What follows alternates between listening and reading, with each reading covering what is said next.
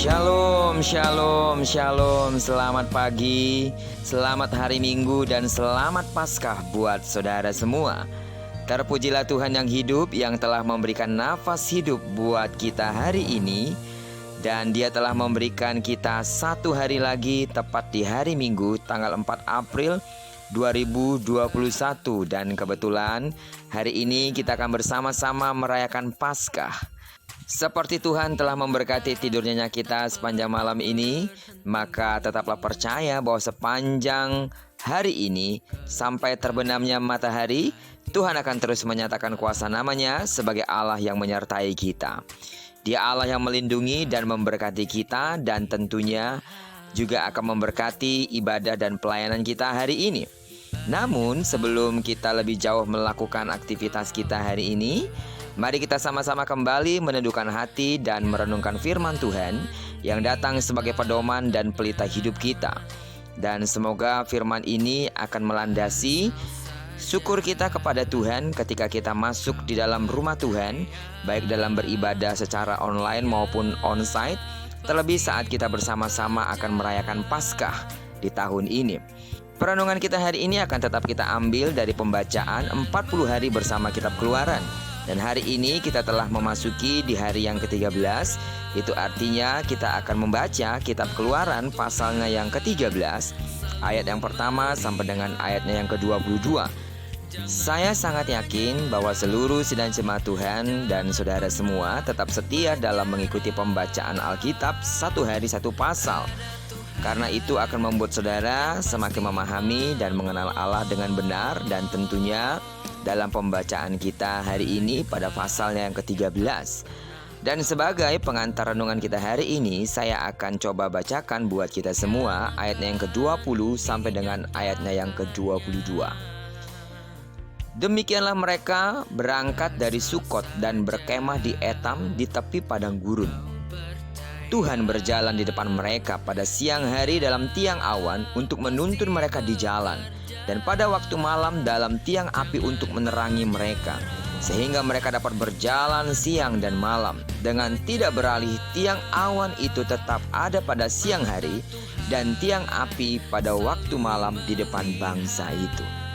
Benarlah bahwa peristiwa keluarnya bangsa Israel dari tanah perbudakan di Mesir menuju tanah perjanjiannya, itu Kanaan, sangat menarik untuk disimak dan dijadikan pelajaran yang sangat berharga bagi kita.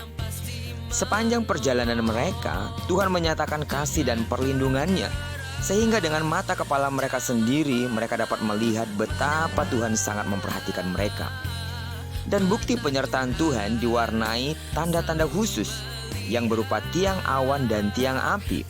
Di dalam ayat yang ke-21 yang sudah kita baca tadi, bahwa Tuhan berjalan di depan mereka pada siang hari dalam tiang awan untuk menuntun mereka di jalan, dan pada waktu malam dalam tiang api untuk menerangi mereka sehingga mereka dapat berjalan siang dan malam. Melalui tanda penyertaan ini, mereka tidak mengalami panas terik yang begitu menyengat pada siang hari, dan pada malam hari mereka juga tidak mengalami kedinginan. Tentulah mujizat dan penyertaan Tuhan ini adalah bukti bahwa Tuhan sangat peduli dan mengasihi bangsa Israel.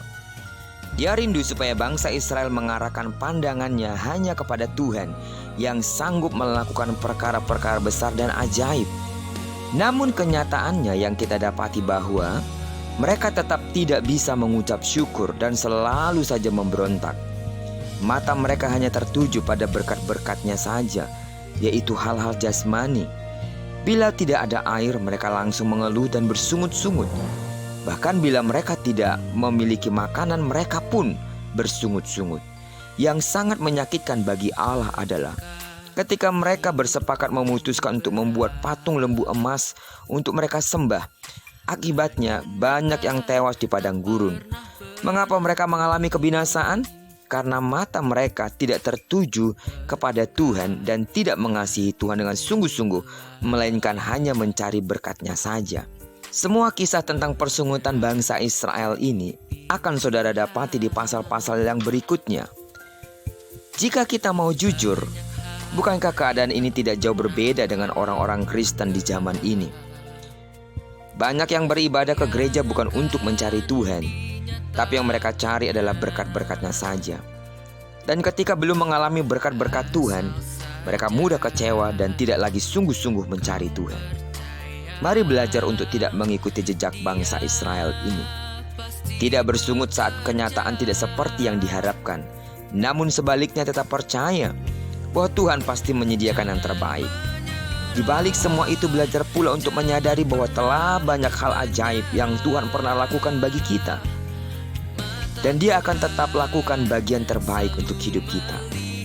Seperti Tuhan yang hadir dalam tiang api dan tiang awan untuk menyertai perjalanan bangsa Israel menuju tanah Kanaan.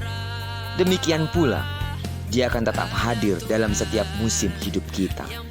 Dari panasnya terik kehidupan dan dinginnya persoalan hidup kita yang membuat di antara kita mungkin sedih dan merasa ditinggalkan, tetaplah percaya Dia hadir senantiasa. Bahkan Dia berkata bahwa Dia adalah Allah yang Immanuel. Arahkan pandanganmu kepada Tuhan dan utamakan Dia.